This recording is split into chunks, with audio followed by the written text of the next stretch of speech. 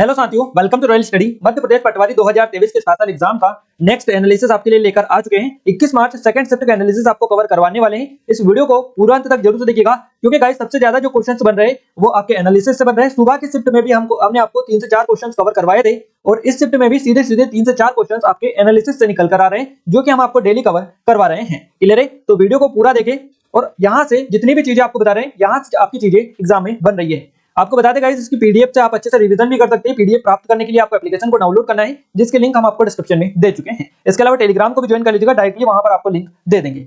इसके अलावा हमारी पटवारी की टेस्ट सीरीज से ज्वाइन कर लीजिएगा। बेस्ट ऑफर है और बेस्ट टाइम है आपके लिए, क्योंकि एग्जाम से पहले अच्छे से प्रैक्टिस कर लीजिएगा। आप जो लेवल आपका एग्जाम में चल रहा है, सेम उसी पैटर्न पर टेस्ट सीरीज है। आप डेमो चेकआउट करिएगा, डेमो एप्लीकेशन पर डाला हुआ है।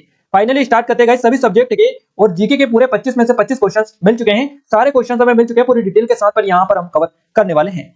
तो ये सभी सब्जेक्ट के क्वेश्चंस है जो कि हम कवर करवाने वाले हैं। फाइनली स्टार्ट करते हैं। पहला क्वेश्चन से जीके और करंट अफेयर के गाइस। सबसे पहले मैं आपको बता दूं, जीके और करंट अफेयर के 25 जो क्वेश्चंस पूछे जा रहे थे फर्स्ट पोर्शन से जीके वाले से, वहां पर जो क्वेश्चंस पूछे गए हैं ये 20 से 22 क्वेश्चंस देखने को मिले हैं जीके करंट अफेयर के मिलाकर। क्लियर है? तो ये चीजें आप थोड़ी सी अपडेट रखिएगा कि कहां से कितना क्या आ रहा है। मैं अब ये भी बताते चलूंगा आपको, ताकि आपको एग्जैक्ट आइडिया लगता रहे। इसके अलावा इस वीडियो को लाइक कर दीजिए, चैनल को सब्सक्राइब नहीं किया सब्सक्राइब कर लीजिएगा, बेल आइकन को आप दबा दीजिए, जिससे जो भी नया वीडियो है उसका नोटिफिकेशन भी आपको मिलता रहे।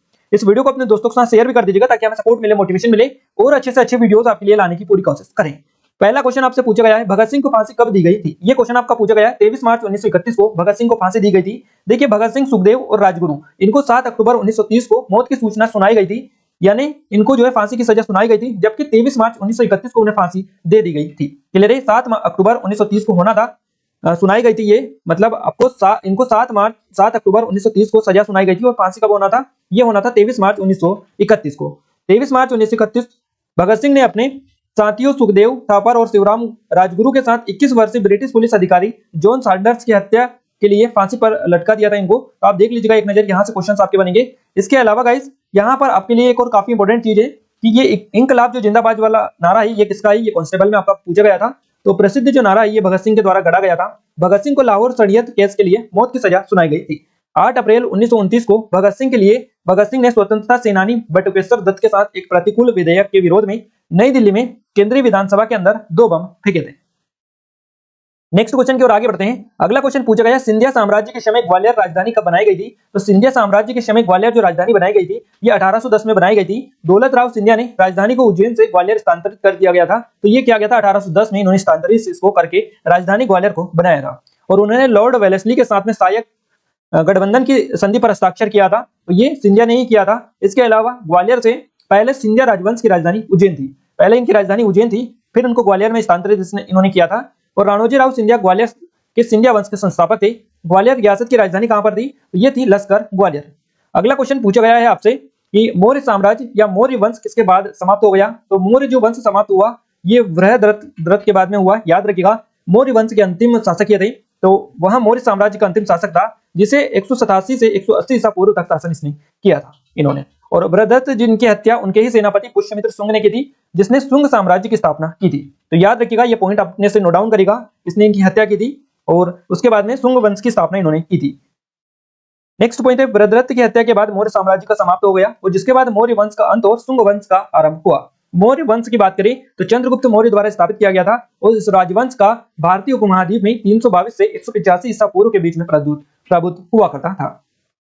अगला क्वेश्चन पूछा गया है, भारत के वर्तमान मुख्य चुनाव आयुक्त कौन है? मोस्ट इंपोर्टेंट लेवल का क्वेश्चन है। एक चीज और मैं आपको बता दूं, हमारा जो नया चैनल है एग्जाम टाउन हमारा नया चैनल है गाइस, उस पे हम वर्तमान में भारत में कौन क्या वाली लिस्ट आपको कवर करवा चुके हैं। पूरा भारत का करंट अफेयर उस पर हमने डाला हुआ है, बिल्कुल रिवीजन वीडियो पटवारी के लिए। तो आप जाकर देख लीजिएगा एग्जाम टाउन चैनल पर, आपको वहां पर वीडियोस मिल जाएंगे, प्लेलिस्ट भी आप चेकआउट कर लीजिएगा।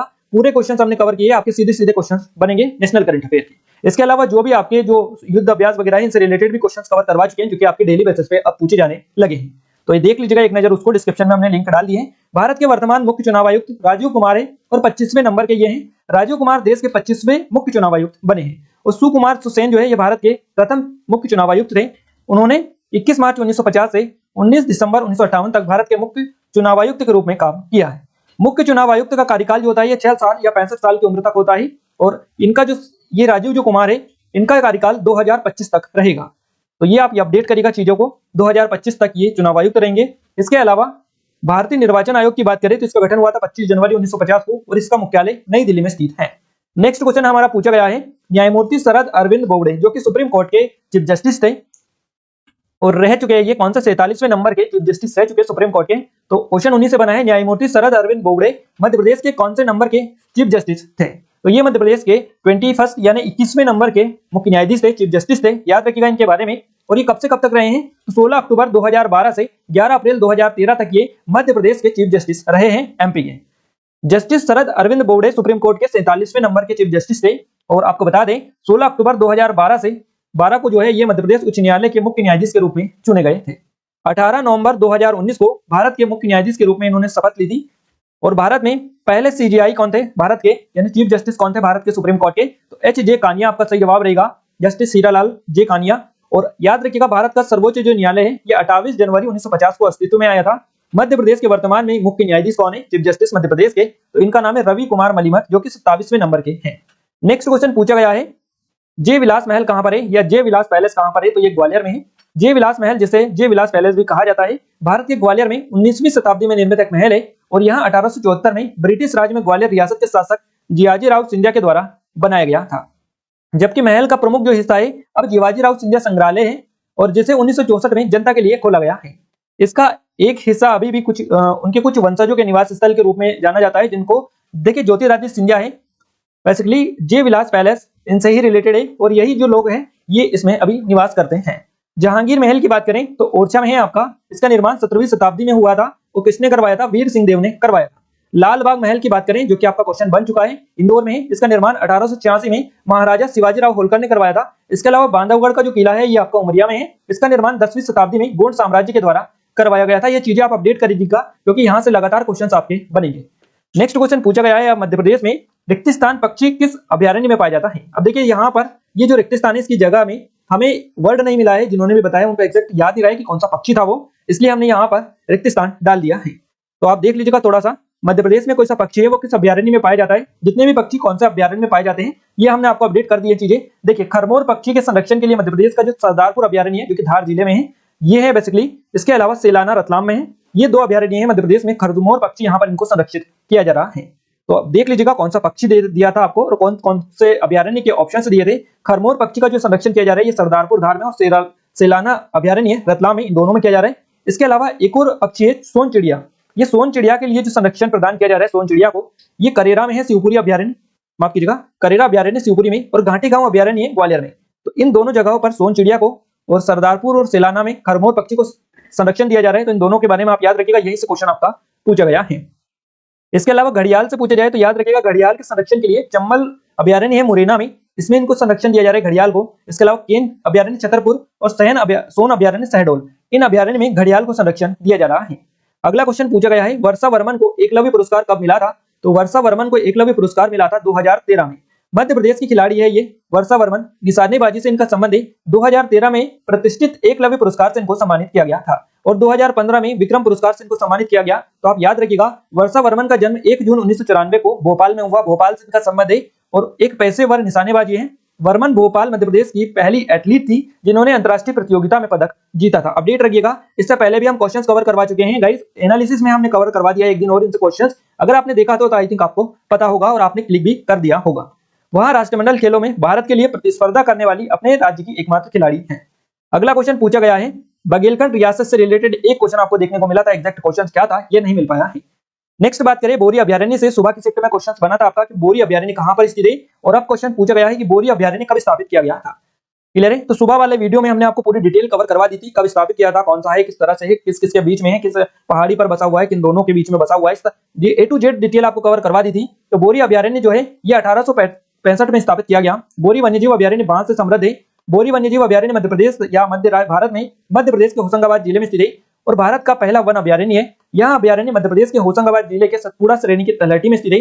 इसे 1865 में एक वन्य जीव अभ्यारण्य के रूप में स्थापित किया गया था और इस अभ्यारण्य का अधिकांश भाग जो है मिश्रित पर्णपाती और बांस के वनों से आच्छादित है। तो कल से क्वेश्चंस बने तो फिर मत कहिएगा कि बताया नहीं, आप याद रखिएगा बांस और कौन कौन से वन इसमें बेसिकली ज्यादातर पाए जाते हैं, क्योंकि इस तरह से क्वेश्चंस बन चुका है कि साल के जो वन है इस तरह से क्वेश्चंस बना था कि कहां किस राष्ट्रीय उद्यान में सबसे ज्यादा पाए जाते हैं। नेक्स्ट पॉइंट बात करें, यह पश्चिमी और पूर्वी भारत के वनों के बीच एक महत्वपूर्ण कड़ी के रूप में काम करता है। अभयारण्य सतपुड़ा रेंज की उत्तरी तलहटी में 518 किलोमीटर स्क्वायर या 200 वर्ग मील के क्षेत्र को कवर करता है।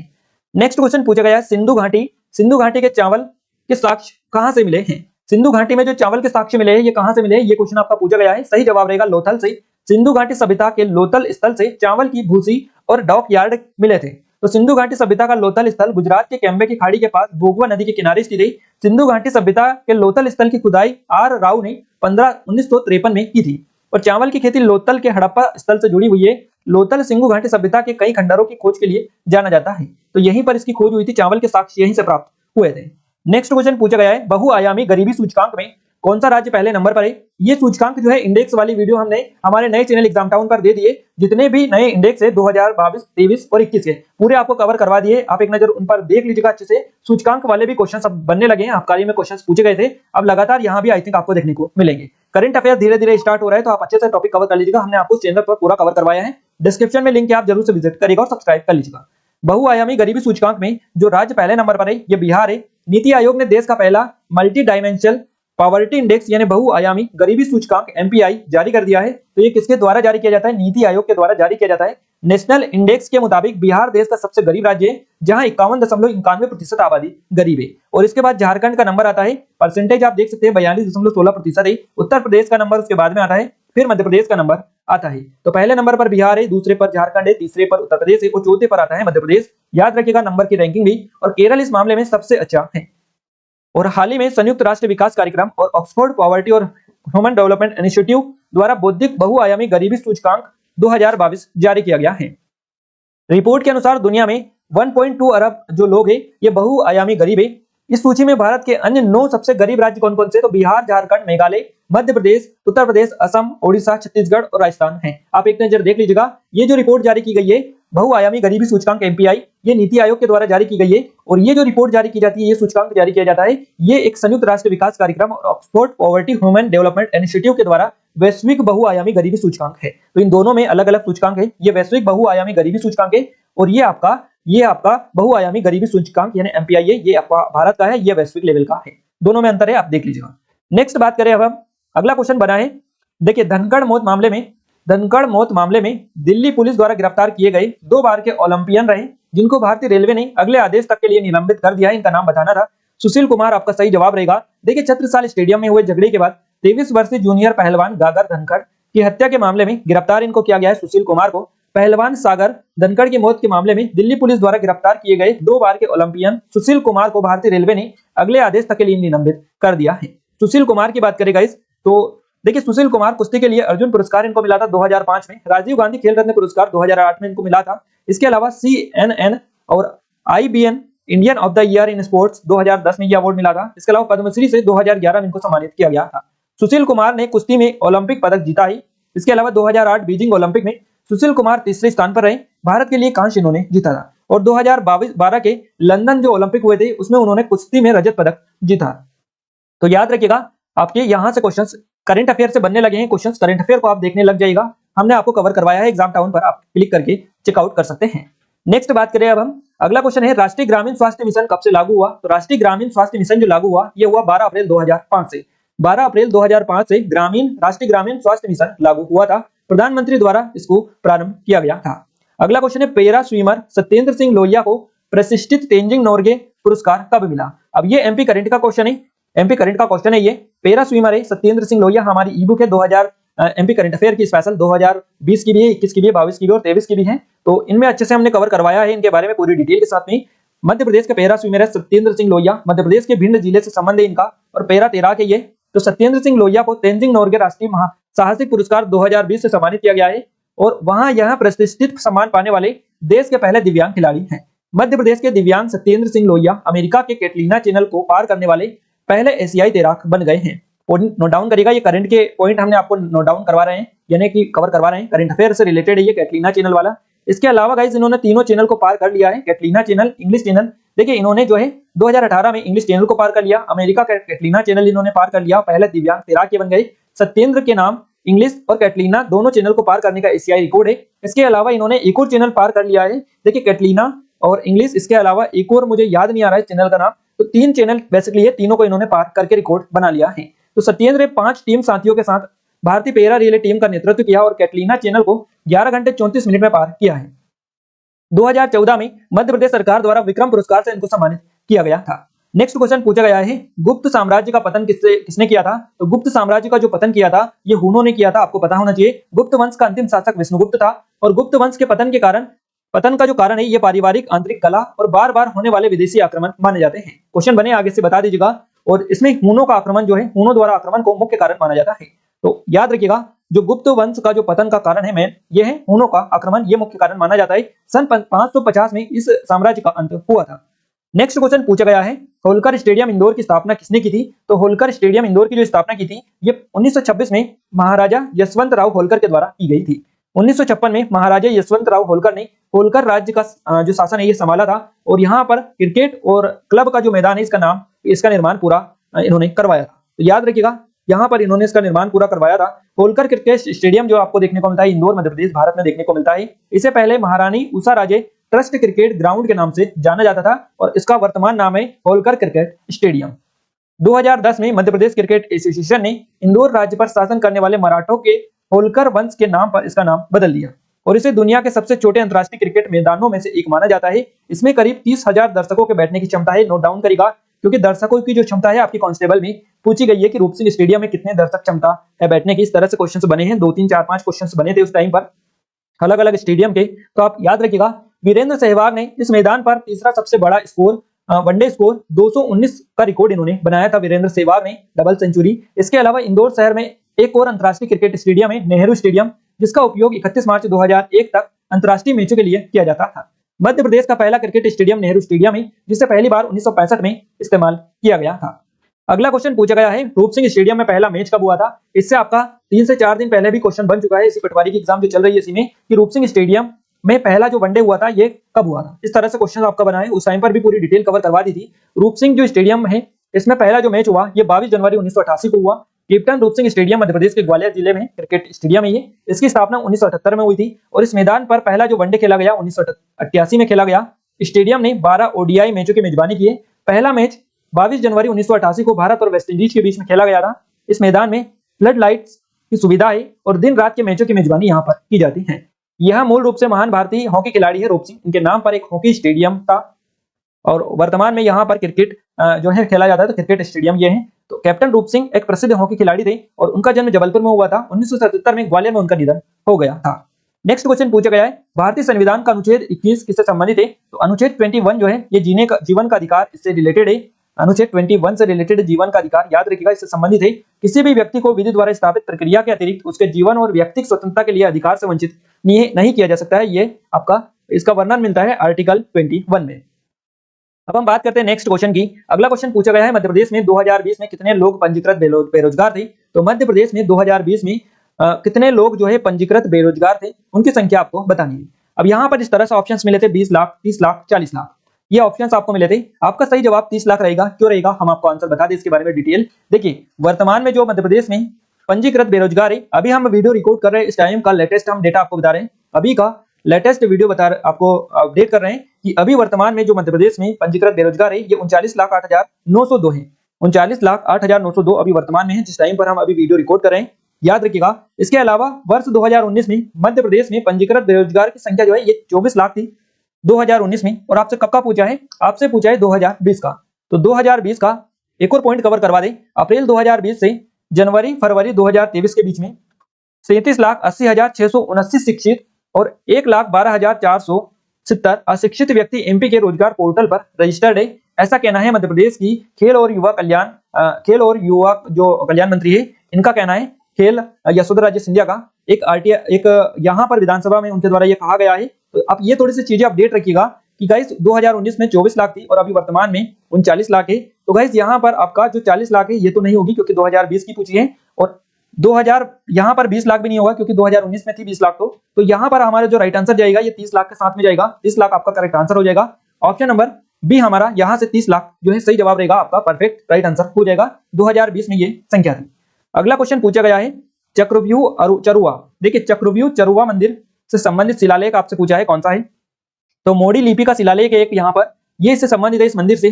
ये आपको बताना था। और इतिहासकारों के अनुसार 4 बावड़ी में उपलब्ध मोडी लिपि के एक शिलालेख से यह स्पष्ट होता है कि गांव पहले चान रवा के नाम से विख्यात था, जो कालांतर में चारुवा के नाम से जाना गया।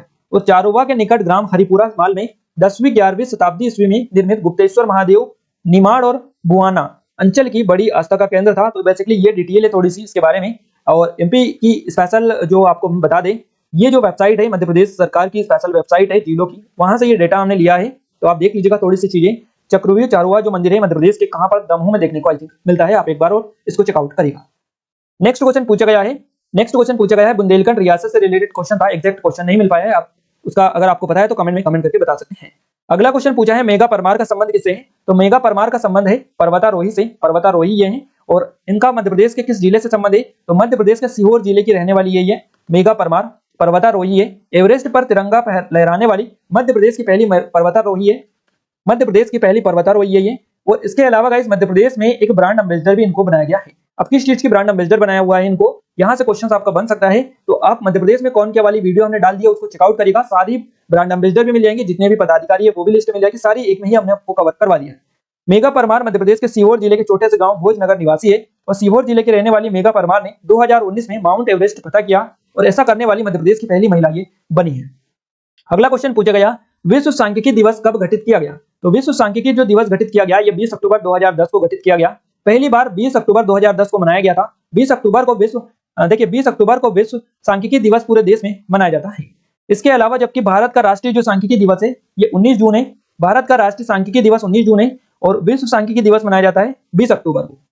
तो इन दोनों में डिफरेंस है, अलग अलग है, ये दोनों एक ही नहीं है। सांख्यिकी और आर्थिक योजना के क्षेत्र में दिवंगत प्रोफेसर और वैज्ञानिक प्रशांत चंद्र महालनोबिस के कार्यों और योगदान के सम्मान में भारत प्रत्येक वर्ष 29 जून को राष्ट्रीय सांख्यिकी दिवस मनाता है। राष्ट्रीय सांख्यिकी दिवस पहली बार 29 जून को 2017 में मनाया गया था। प्रोफेसर प्रशांत चंद्र महालनोबिस को भारतीय सांख्यिकी के जनक के रूप में जाना जाता है। पॉइंट नोट डाउन आप करिएगा। तो इस क्वेश्चन का सही जवाब विश्व सांख्यिकी दिवस जो पहली बार कब मनाया गया, इस तरह से क्वेश्चन पूछा है कब घटित किया गया ये दिवस, तो ये किया गया 20 अक्टूबर 2010 को पहली बार मनाया गया था। अगला क्वेश्चन पूछा गया है ग्वालियर के मंदिर में कौन सी लिपि लिखी गई है? ग्वालियर के मंदिर में कौन सी लिपि लिखी गई, इस तरह से क्वेश्चन पूछा है। सही जवाब रहेगा प्राचीन उत्तरी गुप्त लिपि यहाँ पर लिखी गई है या लिखी हुई है। याद रखिएगा यहाँ पर ये पूरे के पूरे 25 के 25 क्वेश्चंस बता दिए हैं। थोड़ा बहुत पैटर्न में चेंजेस हो सकता है कि पैटर्न कुछ और हो और हम कुछ और बता रहे हैं, क्योंकि हमें जो भी बताया है वो हम आपको बता रहे हैं।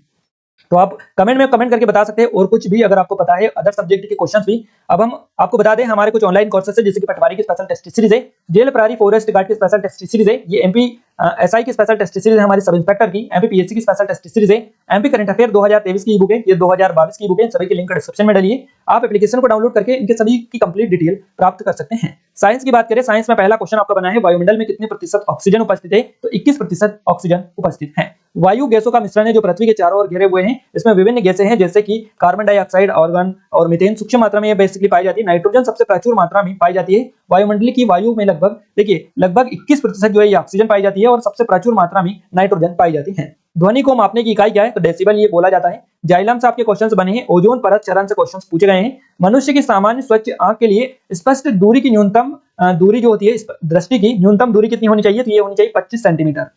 अगला क्वेश्चन पूछा गया है ऊतक किससे मिलकर बनता है? तो कोशिकाएं जो होती है इनसे मिलकर ऊतक बनता है। नेक्स्ट क्वेश्चन एसिड बेस से पूछा गया है आपका एमिनो अम्ल कौन से समूह से संबंधित है? तो एमिनो जो अम्ल होते हैं ये अमीनो समूह NH2 या फिर कार्बोसिल समूह जो होते हैं जिनको COOH बोला जाता है, इन दोनों में बेसिकली इनसे संबंधित हैं। अम्ल 4 से क्वेश्चंस पूछे गए हैं। ऊतक संयोजकता से क्वेश्चंस बने हैं। हृदय कौन से ऊतक से बना होता है? ये क्वेश्चन पूछा गया है। पैसी ऊतक आपका सही जवाब रहेगा। इसके अलावा यूनिट से क्वेश्चंस पूछे गए हैं। हवा में सबसे प्रचुर घटक कौन सा होता है? तो नाइट्रोजन होता है। ये क्वेश्चन बनाया आपसे। पृथ्वी के वायुमंडल में सबसे प्रचुर मात्रा में नाइट्रोजन पाई जाती है जो शुष्क वायु के द्रव्यमान का लगभग 78% होती है। और ऑक्सीजन अगली सबसे प्रचुर मात्रा में पाई जाने वाली गैस है जो 20 से 21% के स्तर पर मौजूद है। याद रखिएगा। नेक्स्ट क्वेश्चन बनाया किस कोयले में कार्बन की मात्रा सबसे अधिक होती है? तो ये एंथ्रासाइट होता है। इसमें करीबन 86 से 98% तक जो है कार्बन की मात्रा होती है। इसके अलावा बिटुमिनस भी होता है जिसमें दूसरे नंबर पर आता है 45 से 86% तक कार्बन पाया जाता है इसमें। और तीसरे नंबर पर लिग्नाइट होता है जिसमें आपका 25 से 35% कार्बन होता है। पोर्ट जो कोयला होता है इसमें सबसे कम 50 से 60 यानी कि लिग्नाइट में सबसे कम होता है। और ये पोर्ट जो कोयला होता है इसमें कार्बन की मात्रा 50 से 60% होती है। तो आप देख लीजिएगा किसमें कितनी होती है। नेक्स्ट बात करें कंप्यूटर की, तो कंप्यूटर में शॉर्टकट की से क्वेश्चंस बने हैं, आपके मेमोरी से क्वेश्चंस पूछे गए हैं, एमएस एक्सेल से क्वेश्चन बने हैं, ऑपरेटिंग सिस्टम से भी क्वेश्चंस लगातार बन रहे हैं, एमएस वर्ड से क्वेश्चंस बन रहे हैं। इसके अलावा अगला क्वेश्चन पूछा है सिलेक्ट ऑल करने के लिए, यानी किसी भी फाइल में सभी को सिलेक्ट ऑल करने के लिए किसका यूज किया जाता है, कंट्रोल ए का किया जाता है। कॉपी करने के लिए कंट्रोल सी का यूज किया जाता है। ये क्वेश्चन आपसे बन रहे हैं। एमएस वर्ड कौन सा सॉफ्टवेयर है, तो ये एक वर्ड प्रोसेसर सॉफ्टवेयर है, आप याद रखिएगा। इसके अलावा पावर पॉइंट से क्वेश्चन बना है, फेट का पूरा नाम पूछा है, फाइल एलोकेशन टेबल इसको बोला जाता है। इनपुट आउटपुट डिवाइस क्या है, ये क्वेश्चन बना है। तो इनपुट आउटपुट जो डिवाइस है, देखिए इनपुट डिवाइस के माध्यम से डेटा या सूचना को कंप्यूटर के अंदर प्रविष्ट किया जाता है, जैसे कि माउस कीबोर्ड होता है, और आउटपुट डिवाइस जो होते हैं इनके माध्यम से डेटा या सूचना को कंप्यूटर से बाहर भेजा जाता है, जैसे प्रिंटर होता है। तो इनपुट और आउटपुट दोनों में अंतर समझना होगा आपको। इनपुट यानी कंप्यूटर के अंदर और आउटपुट यानी कंप्यूटर से बाहर भेजना। Out in out in out, in word को समझ लेंगे आसानी होगी, आसानी से समझ पाएंगे। अगला क्वेश्चन पूछा गया है एमएस ऑफिस क्या है। एमएस ऑफिस एक सॉफ्टवेयर से आपसे क्वेश्चन ऑप्शंस दे रखे थे, ये एक हार्डवेयर है, सॉफ्टवेयर है, क्या है, तो ये एक सॉफ्टवेयर है। नेक्स्ट क्वेश्चन पूछा है आपसे कि सिस्टम का मदरबोर्ड कैसे काम करता है। सिस्टम का मदरबोर्ड जो काम करता है, देखिए मदरबोर्ड एक कम्युनिकेशन हब है, हब की तरह काम करता है ये, और जिसके द्वारा सारे जो प्रिंसिपल्स होते हैं, पेरिफेरल्स, ये कनेक्ट होते हैं। मदरबोर्ड कंप्यूटर के अन्य उपकरणों को एक साथ कनेक्ट या जोड़ने का काम करता है। अगला क्वेश्चन पूछा गया है हिंदी से। अब हिंदी में अगर हम बात करें तो रस से क्वेश्चन बना है आपका, लोकोक्ति मुहावरे से क्वेश्चंस पूछे गए हैं, आपके समाज से क्वेश्चंस पूछे गए हैं, छंद से भी क्वेश्चंस देखने को मिले हैं, तत्सम और तद्भव शब्द से भी क्वेश्चंस बने हैं, श्लेष अलंकार से क्वेश्चन बना है, वाच्य से क्वेश्चंस पूछे गए, कारक से पूछे गए, विलोम शब्द से शब्दों का सही उदाहरण या उच्चारण इससे रिलेटेड क्वेश्चंस बने हैं, देशज विदेशज शब्द से क्वेश्चंस पूछे गए हैं आपके, और वाक्य को पहचानो कौन सा वाक्य है, इस तरह से भी क्वेश्चंस पूछे गए हैं। मैनेजमेंट में हेनरी फेयोल से क्वेश्चन बनाए, प्रबंध से क्वेश्चंस पूछे गए, विपणन प्रबंधन से क्वेश्चंस बनाए, नियंत्रण, समन्वय, स्टाफिंग, इन सभी से क्वेश्चंस बन रहे। टेलर का नियम किस पर लागू नहीं होता, ये क्वेश्चन बनाए। परिभाषाओं से रिलेटेड क्वेश्चंस पूछे गया है। कथन से क्वेश्चंस बन रहे, मार्केटिंग से 2 क्वेश्चंस पूछे गए, संगठन से पूछे गए, नियोजन से, लेखांकन से। इसके अलावा मैनेजमेंट सिस्टम से क्वेश्चन बनाए।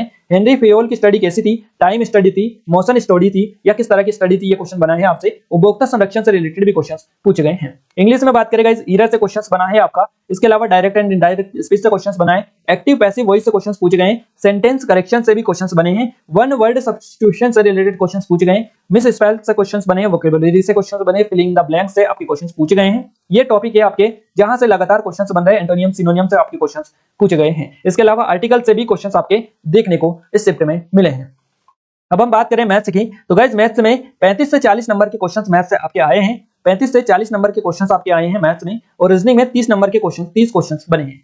क्लियर है, तो दोनों को मिलाकर करीबन 60 से 70 65 60 65 70 के लगभग क्वेश्चंस बने हैं। जहां 25 50 क्वेश्चंस बनने थे, वहां पर करीबन 65 से 70 क्वेश्चंस इन दोनों सब्जेक्ट से बन रहे हैं। बाकी जो और मैनेजमेंट है, जैसे कि साइंस है और कंप्यूटर है, इनमें कमी कर दी गई क्वेश्चंस की, और यहाँ पर इनकी जो संख्या है इंक्रीज कर दी गई है। तो बोर्डमास से 2 से 3 क्वेश्चंस मिले हैं, पाई चार्ट से 3 क्वेश्चंस, आयु से क्वेश्चंस बने हैं, रेलगाड़ी से 2 क्वेश्चन है, प्रायिकता से 102 क्वेश्चंस पूछे गए, समय कार्य से 2 क्वेश्चन है, अनुपात समानुपात से क्वेश्चंस बने, क्षेत्रमिति यानी 2D 3D से क्वेश्चंस बने हैं, मेंसुरेशन से, प्रतिशत से क्वेश्चंस बने हैं, औसत से 1 क्वेश्चन पूछे गए, सरलीकरण से क्वेश्चंस बने, लाभ हानि से 3 से 4 क्वेश्चंस बने हैं, समय चाल दूरी से क्वेश्चंस बने हैं। देखिए विक्रय हमें 40% की हानि होती है तो कितनी होगी, इस तरह से क्वेश्चंस पूछा है। आपको हम थोड़ा सा बता रहे हैं कि इस तरह से क्वेश्चंस पूछे जा रहे हैं, पूरा क्वेश्चंस नहीं है, आप पैटर्न भी आई थिंक नहीं समझ पाएंगे, पर परसेंटेज से आप थोड़ा सा देख लीजिएगा किस तरह के क्वेश्चंस बन रहे हैं। चक्री चतुर्भुज से क्वेश्चंस देखने को मिलेगा, एक क्वेश्चन आपका पूछा गया। बार ग्राफ से 3 से 4 क्वेश्चंस बने, और डीआई से 4 से 5 क्वेश्चंस बने हैं। इसके अलावा रीजनिंग में बात करें तो वेन डायग्राम से आपके क्वेश्चंस बने, दिशा निर्देशन से क्वेश्चंस पूछे गए, रैंकिंग से क्वेश्चंस पूछे गए, सिलोजिज्म से क्वेश्चंस पूछे गए, मिसिंग नंबर भी आपके आए हैं, नंबर सीरीज से 3 से 4 क्वेश्चंस बने, घड़ी वाले क्वेश्चन बने थे, कोडिंग डिकोडिंग से 3 से 4 क्वेश्चंस बने, क्रम व्यवस्था सिटिंग अरेंजमेंट वाले क्वेश्चन से जो कि 3 क्वेश्चंस बने, आकृति वाले 2 क्वेश्चंस पूछे गए, कथन निष्कर्ष से बने हैं, और रक्त संबंध यानी ब्लड रिलेशन से रिलेटेड भी क्वेश्चंस बने हैं। पूरे के पूरे ऑटो सब्जेक्ट का आपको पूरा विस्तार से बता दिया है, कहां से कैसा कितना नंबर के क्वेश्चंस आ रहे हैं और किस तरह के क्वेश्चंस आ रहे हैं। इतना सटीक एनालिसिस गाइस आपको कि आप पूरा आप तो समझ ही चुके हैं कि हाँ किस किस टॉपिक को आपको पढ़ना है, किसको नहीं पढ़ना है, और किस तरह से आपको अब आगे की प्लानिंग करनी है। ये वीडियो आपको कैसा लगा, कैसा नहीं लगा, आप हमें कमेंट के माध्यम से जरूर से बताइएगा, और इस वीडियो को ज्यादा शेयर करें अपने दोस्तों के साथ, ताकि हमें सपोर्ट मिले, मोटिवेशन मिले, और अच्छे से अच्छे वीडियोस आपके लिए लेकर आने की पूरी कोशिश करें। इस वीडियो को अगर आपने सब शेयर नहीं किया, शेयर कर दीजिएगा। इसके अलावा चैनल पर पहली बार विजिट किया तो चैनल को सब्सक्राइब कर लीजिएगा, बेल आइकन को आप दबा दीजिए, जिससे जो भी नया वीडियो है चैनल पर उसका नोटिफिकेशन भी आपको मिलता रहे। ये हमारी कुछ ऑनलाइन कोर्सेस है, जैसे कि पटवारी की, जेल प्रहरी, सब इंस्पेक्टर, इन सभी की टेस्ट सीरीज है। काफी अच्छे स्पेशल ऑफर चल रहा है, अगर आप चाहते हैं तो विजिट कर लीजिएगा एक बार एप्लीकेशन पर, कंप्लीट डिटेल वहीं पर मिल पाएगी। इस वीडियो के पीडीएफ के लिए टेलीग्राम को, एप्लीकेशन को, दोनों को डाउनलोड कर लीजिएगा, जिनकी लिंक आपको डिस्क्रिप्शन में मिलेगी। ये स्टेप फॉलो करेंगे आप तो आसानी से आपको मिल जाएगी। क्लियर है, तो मिलते हैं अब हम हमारे कल के फर्स्ट शिफ्ट के एनालिसिस के साथ। तब तक के लिए जय हिंद, वंदे मातरम।